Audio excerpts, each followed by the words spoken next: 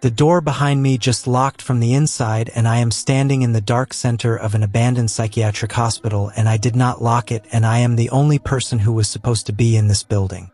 I need you to feel the specific quality of that moment before we go anywhere else. Not the jump scare kind of fear, not the sudden loud noise kind, the slow, cold, cellular kind that starts in your stomach and moves upward and does not stop. The kind that comes when reality quietly rearranges itself into a shape that has no good explanation. A heavy steel door with a push-bar latch on the outside and a manual bolt on the inside, and the bolt is thrown and I am on the wrong side of it and something on the other side through it.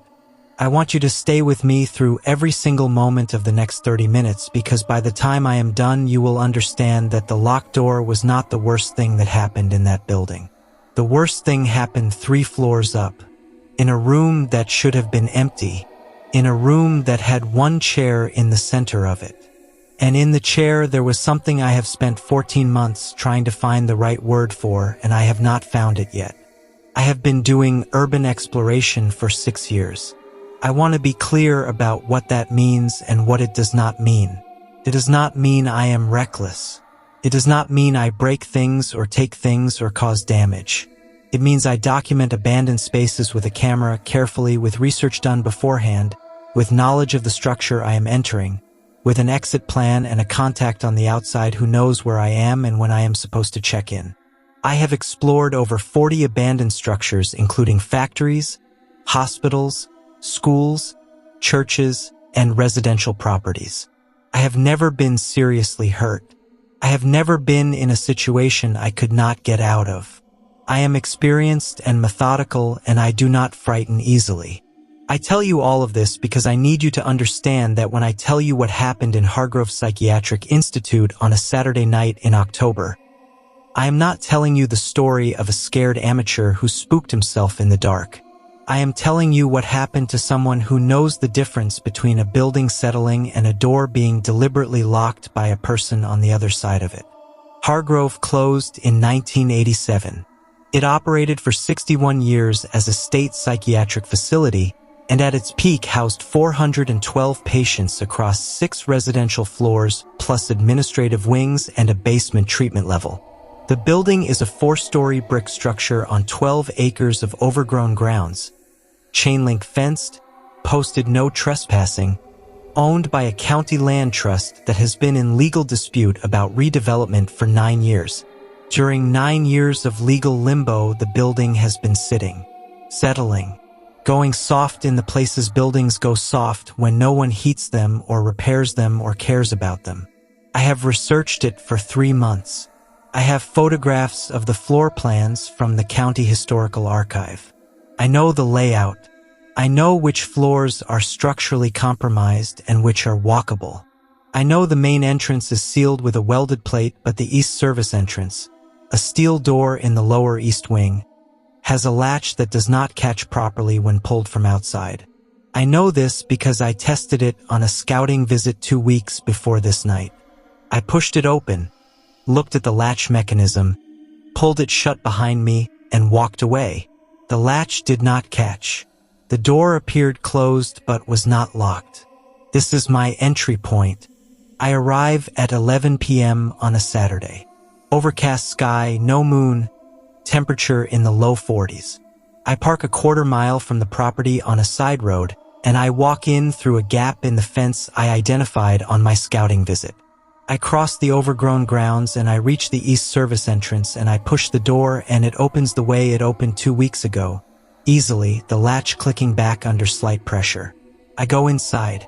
I pull the door to behind me, not fully closed because I do not want the latch to catch on my way out, just mostly closed. I note the time, 11:14. My check-in with my outside contact Daniel is at 1 a.m. I have just under 2 hours. The East Wing ground floor is administrative offices, all gutted, all open doorways, all covered in the specific combination of plaster dust and old paper and water damage that abandoned institutional buildings accumulate over decades. My primary lamp, a 1200 lumen chest-mounted light, turns all of this into sharp relief. filing cabinets tipped over, chairs on their sides, a desk with a collapsed center where the particle board gave up. The smell is mold and old wood and something chemical underneath it that I associate with older institutional buildings, something from the cleaning products of another era. I photograph as I go, moving deeper into the building, checking my floor plan, orienting myself. The corridor connecting the East Administrative Wing to the main residential block is long, maybe 120 feet, and runs through the center of the building. The doors on either side of this corridor are patient room doors, heavy wood, most standing open, a few closed. I walk the corridor slowly, and I am at roughly the halfway point when I hear the sound. Behind me, from the direction I came from, a single, definitive mechanical sound. The specific sound of a heavy bolt being thrown on a steel door. I know this sound immediately and with complete certainty because I have heard it dozens of times in dozens of buildings. It is not ambiguous. It is not similar to the sound of a bolt being thrown. It is that sound, from the direction of the East Service entrance. I turn and I walk back down the corridor, faster than I came, and I reach the East Service entrance door and I look at it. Closed. I push the push bar on my side. The door does not move. I push harder. Solid. I get my fingers into the gap at the edge and I pull. Nothing. The bolt on the other side of this door is thrown. The door is locked from the inside and I am on the outside of inside, and there is only one way to throw that bolt, and it requires a hand on the bolt, and I did not throw it, and I am alone in this building. I stand at the locked door and I point my lamp back down the corridor and I listen. Silence. Nothing moves in the corridor. Nothing sounds in the building beyond the tick and creak of old structure. Absolute silence except for my own breathing, which I am working to control. I have two choices. Panic and look for an exit, of which I know of two others. A ground floor window with a broken frame in the west wing and a basement level door that was possibly accessible, though I was not certain. Or continue, document what I came to document, and exit via the alternatives on my way out. I am not a person who panics. I choose option 2. I note the time, 11:31, and I continue into the building. The residential floors are accessed by a central stairwell. I reach it and I begin to climb. 2nd floor. 3rd floor. I am heading for the 4th floor, the top residential level, which my research indicates was the high security ward, the ward for patients considered dangerous or severely disturbed, individual rooms with reinforced doors, a separate nursing station with a glass observation window. It is the most historically significant part of the building and the part one most want to photograph. I reach the 4th floor landing and I push through the stairwell door and I am in the high security ward corridor, and the first thing my lamp catches is the nursing station ahead of me on the right, the glass observation window still intact, the observation room behind it dark, and then I sweep my lamp left and right along the corridor and the individual room doors, and most of them are open, hanging inward, and then my lamp reaches the far end of the corridor, the last room on the left, and that door is closed. All the others are open. One door at the far end is closed. I note it and I begin photographing the corridor and the nursing station, and I work my way down. The nursing station still has its fixtures. A built-in counter, metal, running the length of the room. Clipboards hanging on hooks. Paper rotted to tissue thinness, but the clipboard's still there. A medication cart against the back wall. I spend 10 minutes in here photographing carefully. Then I move to the individual rooms. Each one is a small concrete box, maybe 10 by 12, with a recessed floor drain and hook points in the walls and ceilings whose purpose I do not examine too carefully. Each one empty, each one open. I work my way to the far end of the corridor. I stand outside the closed door. I stand there for a moment. I listen. Nothing from behind the door. I put my hand on the handle. Old lever-style handle, the kind with a thumb depression. I press the thumb depression and I push, and the door opens and I step into the room and I stop. There is a chair in the center of the room. Not pushed against a wall. Not lying on its side. A wooden chair, institutional, the kind that furnished every room in buildings like this, set upright in the exact center of the 10 by 12 room, facing the door, facing me. Every other room on this floor and in this building has been empty of furniture, swept by time and scavengers and whoever cleared the building when it closed. This room has a chair, in the center, facing the door, like it was placed there, for my arrival. I photograph it. I am a documentarian. I photograph it from the doorway and I step into the room and I photograph it from the side and I photograph the floor around it. The floor around the chair is concrete like all the others and it is dusty the way concrete in abandoned buildings is dusty. Except directly around the 4 legs of the chair. Around each leg, in the fine plaster dust on the floor, there are concentric settling rings, the kind of pattern that forms in dust around an object that has been vibrating. Fine, circular, multiple rings around each leg, the pattern you see around something that has been in motion, in sustained motion while in contact with the floor. This chair has been rocked. Recently enough that the dust rings are sharp and undisturbed by further settling. Someone sat in this chair in this room and rocked it. In this building that has been empty for 37 years, on a floor I am the only person supposed to be on tonight, someone sat in this chair and rocked it recently enough that the evidence is fresh. I back out of the room. I back into the corridor and I turn and I look toward the stairwell. The stairwell door at the end of the corridor is closed. I left it open when I came through it. It is closed now. And as I look at it, standing in the 4th floor corridor of Hargrove Psychiatric Institute at 11:58 p.m., the stairwell door handle moves. Slowly, the thumb depression depresses. The handle rotates, and then it stops, and the door does not open. The handle sits depressed, rotated, held by something on the other side, and the door does not open, and I am standing 40 feet away looking at it, and I am absolutely still, and the building around me is absolutely silent, and for 11 seconds that I counted, 11 seconds, the handle is held depressed and rotated by something that is not opening the door. Not coming through.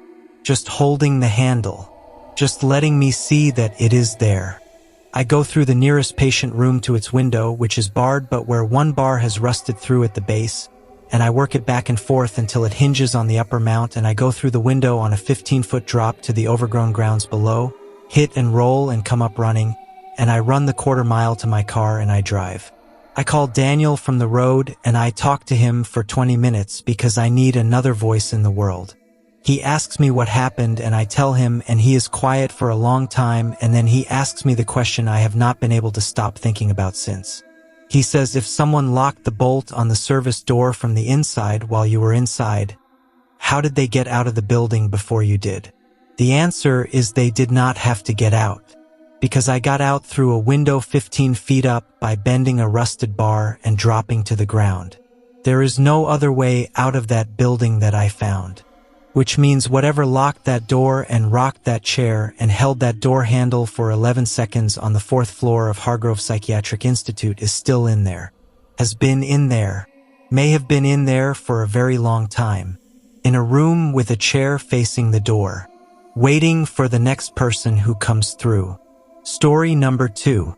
There is a man sitting in my armchair and he is watching me sleep, and I am awake now and I am looking at him and he is looking back at me, and he has not moved and I have not moved, and we are looking at each other across my living room in the dark, and then he says, in a voice that is so completely calm it is its own kind of terrifying, I used to live here. I need you to sit with that for a moment. Not I am sorry, I broke in. Not please do not call the police. Not any of the things a person who knows they are in the wrong place says. I used to live here. Said the way you say something that explains everything. Said the way you offer a fact that you believe resolves the situation. A man broke into my apartment while I slept on my couch and sat in my armchair in the dark and watched me. And when I woke up and found him, the only thing he offered was that he used to live there. And the thing that still keeps me awake at night, 3 years later, is not the break-in. It is everything I learned about who he was and how long he had been coming back and what he had been doing in the apartment while I slept, on how many nights. Before this was the night I finally woke up and saw him. I moved into the apartment in March. Third floor of a 6-floor building, 1 bedroom, good light, close to work. The kind of apartment you take because it is available and affordable and the neighborhood is decent and you need to move within 30 days and you stop looking once you find something that checks enough boxes. I did not research the building's history extensively. I signed the lease. I paid the deposit. I moved in over a weekend with the help of 2 friends and a rented van. The landlord is a management company, faceless, efficient, responsive to maintenance requests. The kind of landlord you communicate with exclusively by email and never meet in person. They tell me the previous tenant relocated for work. Standard explanation. I do not ask further. The apartment is on the small side but well laid out. Living area and kitchen open plan. Bedroom off the short hallway. Bathroom beside it. The living area has enough room for my couch against the far wall, a coffee table, and an armchair I inherited from my grandfather that I put in the corner to the left of the window. I set up the space the way I like it and I settle in, and by the end of March the apartment feels like mine in the way spaces start to feel like yours after a few weeks of living in them. I begin to notice things in April. Small things, the kind you dismiss individually but which accumulate into a low-grade unease if you are paying attention. Twice I come home from work and the armchair is at a slightly different angle than I left it. Not dramatically. 2 or 3 inches of rotation, the way a chair shifts if someone sat in it and turned slightly. I tell myself I moved it and forgot. The first time I genuinely believe this. The second time I note it and file it and move on. A food item in my refrigerator that I am certain I placed on the left side is on the right side. A book on my coffee table that I left closed is open. Once, and this is the one I cannot explain away even in the moment, I come home to find the television remote on the left armrest of the armchair. I do not use the left armrest. I sit on the right side of the armchair. I use the right armrest. The remote is always on the right armrest or the coffee table. It is on the left armrest and I stand looking at it for a full minute before I pick it up and put it on the coffee table and tell myself I am losing my mind. I am not losing my mind. It is a Tuesday night in late May and I fall asleep on the couch watching something I am not paying attention to, the way you do on weeknights when you are tired and the television is on more for company than content. I fall asleep sometime around 10:30. This is not unusual. I sleep on the couch probably twice a week. What is unusual is what wakes me at 2:17 in the morning. Not a sound. Not a loud impact or a crash. I wake up the way I have woken up only a handful of times in my adult life, which is with the immediate and complete certainty that I am not alone in the room. Before my eyes fully adjust. Before I have identified anything specific. The certainty arrives first, biological and absolute, from whatever part of the nervous system existed before language and processes information faster than thought. My eyes adjust. The television has gone to screensaver, cycling slow dim images, enough ambient light to see the shapes in the room. The coffee table, the rug, the window with the streetlight through the gap in the curtains, and the armchair, and in the armchair a person. Sitting, still, watching me. I see the outline first, and then as the screensaver cycles to a brighter image I see more. A man, sitting in my grandfather's armchair with the particular relaxed posture of someone who is comfortable in a chair they have sat in many times before. Hands in his lap, head slightly forward, eyes on me. He has been watching me sleep. I do not scream. I do not move. What I do for somewhere between 5 and 10 seconds is nothing. I am so far outside the frame of any situation I have prepared for that my body simply does not generate an instruction. Then I sit up. I sit up slowly and I face him and we look at each other and I can see his face now well enough to know that it is a man. Middle-aged, unremarkable features, nothing wild in his expression, nothing aggressive. He looks like a person who has been caught doing something they do not think is wrong. And then he says it. I used to live here, even and calm and offered as if it is sufficient. as if it explains the sitting in the dark, as if it explains the watching. I ask him how he got in. He tells me he has a key. I ask him how he has a key. He says he had copies made before he moved out. He says it the way you say something simple, something anyone would do. He had copies made before he moved out of the apartment that is no longer his. Keys he has been using to come back and sit in the chair while I sleep on the couch in my apartment that he enters with his copy of my key. The police come. They take him and they take my statement and they change my locks that night. A locksmith at 3 in the morning that I will be grateful for the rest of my life. What the police tell me in the following days in pieces is this: the man's name, his history with the apartment, how long he lived there, 11 years, which is longer than I have lived anywhere in my adult life. His departure, which was not voluntary but rather the result of a protracted eviction that the management company had pursued through the courts over a period of 14 months. An eviction he had fought. An eviction that represented, to him, the loss of the only place he had lived long enough to call home in his adult life. He had keys. He had been coming back. The police cannot tell me how many times. They cannot tell me how long he would sit. They can tell me, based on what they find at his current address, that he had been returning to the apartment since shortly after the eviction. Since before I moved in. There are photographs at his address, photographs of the apartment, taken from inside. Some of them are dated. The earliest ones are before my furniture was there. The later ones are after.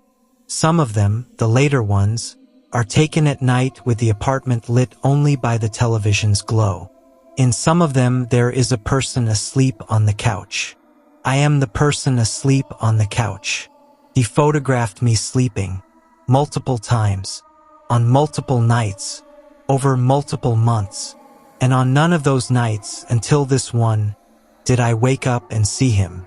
He was arraigned on charges that I will not detail because it is not the legal outcome that lives in me. What lives in me is this: how many times, how many Tuesday nights and Thursday nights and Saturday nights was he in that chair while I slept 6 feet away and never knew? How many times did he sit in my grandfather's armchair in the apartment he could not let go of and watch me occupy the life he used to have in those rooms? How many times did he leave before I woke and lock the door behind him and go back to wherever he was living with photographs of me sleeping on his phone? And the thing I cannot stop returning to, the question that has no answerable form, is this: the night I woke up and saw him, he did not look startled when I sat up. He was not caught mid-movement, not frozen in the act of going. He was sitting with the posture of someone who had been sitting for a while. He was relaxed. He was comfortable, which means that on the night I finally woke up and saw him, he had already been sitting there long enough to be comfortable. He had been watching me long enough to settle in. And he has never told anyone, not the police, not his attorney, not in any proceeding, how many times he came back before that night. That number lives only in him, and in the apartment, in the chair, in the specific angle of the left armrest where the remote was never supposed to be. Story number 3. I am looking at a dead deer on the right shoulder of this highway, and it is the same dead deer I passed 40 minutes ago and 110 miles back, and the same dead deer I passed 80 miles before that. The same wound pattern on the flank, the same angle of the legs, the same pale underside catching my headlights the same way. I have been driving this highway for 6 hours in the middle of the night, and I have passed the same dead deer 3 times on 3 different sections of road separated by miles of country I did not turn around on, and I have a full tank of gas and a functioning odometer, and I know I am moving forward and the deer is keeping up with me. The deer that is dead, that is lying on the shoulder, that is somehow on the road ahead of me every time I think I have left it behind. I want you to understand that I am a rational person. I want you to understand that I spent the first 2 sightings constructing explanations and dismantling them. I want you to understand that by the 3rd sighting I was not constructing explanations anymore. By the third sighting, I was asking a different question entirely. Not how, but why. Why is it following me? What is it marking? What does it want me to stop for? And why, when I finally did stop, when my car finally rolled to a halt on the shoulder at 3:40 in the morning because something happened to my engine that has never happened before or since, why was the deer not there? And what was there instead? I drive for work. Not trucking, not logistics, but sales, a territory that covers 4 states and requires me to put somewhere between 60 and 80,000 miles a year on a company car. Much of it on long interstate and highway runs between cities. I know how to drive at night. I know how to manage fatigue, and I know my limits, and I know the particular altered quality of highway driving in the late hours when the road empties out and the mile markers start to blur and the brain has to work harder to stay engaged. I know all of this, and I know the difference between something I am imagining and something I am seeing.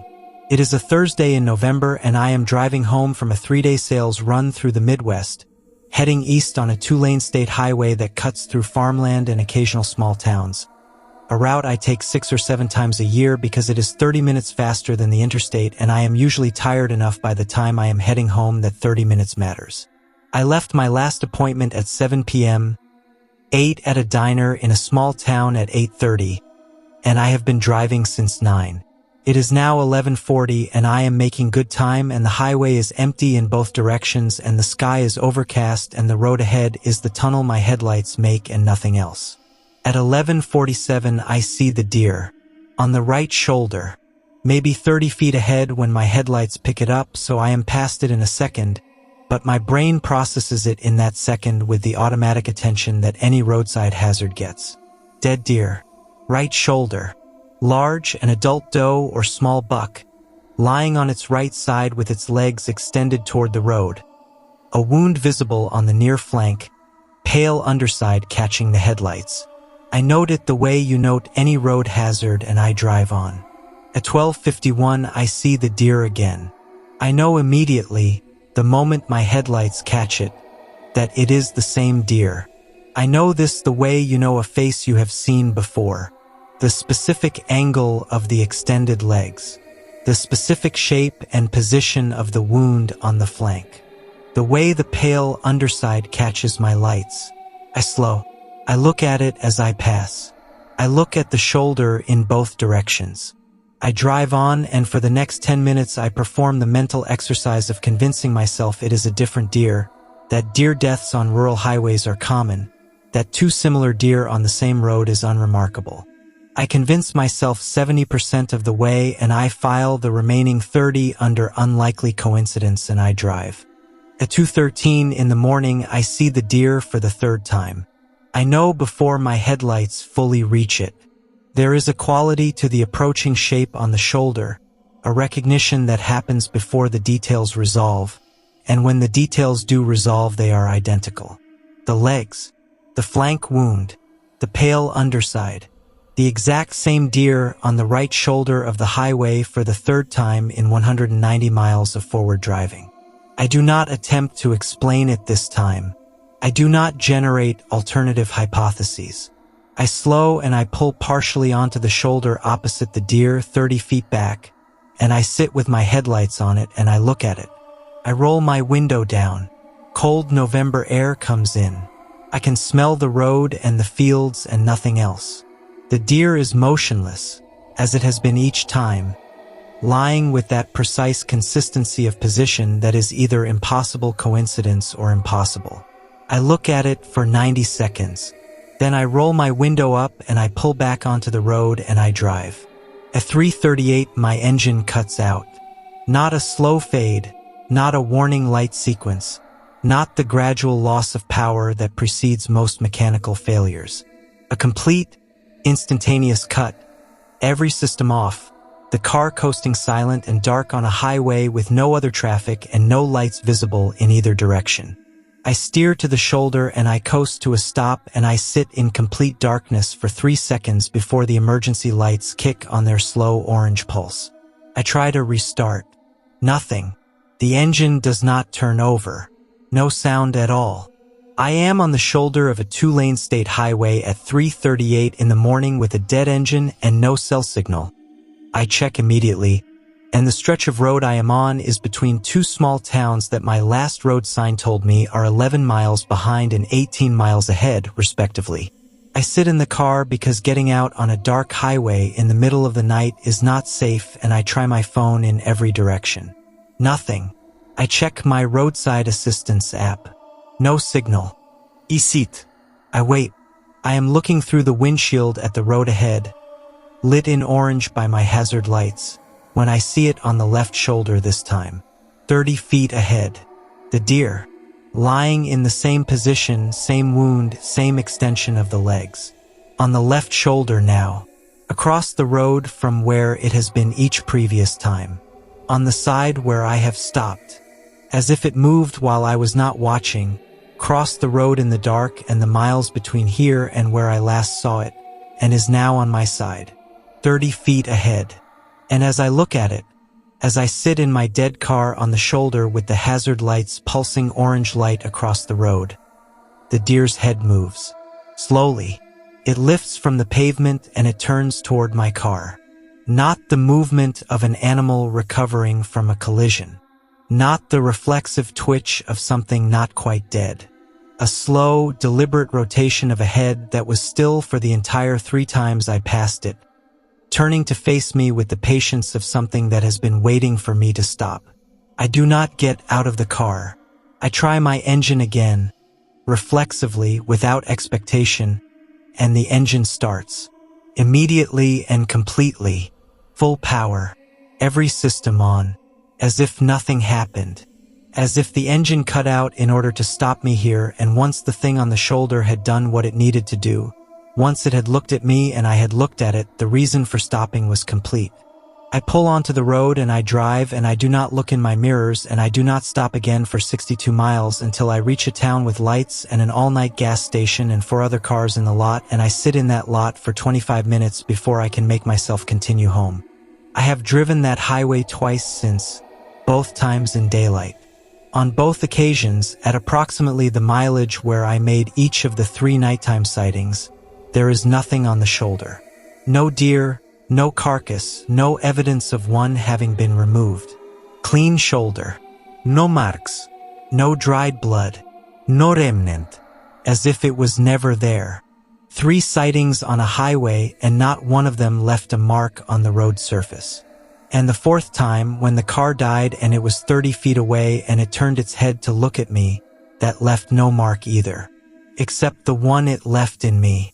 Except the one that means I check my mirrors every time I pass something dead on a road shoulder, no matter how far I have driven, no matter how impossible it is, because I know now that distance is not the guarantee I thought it was.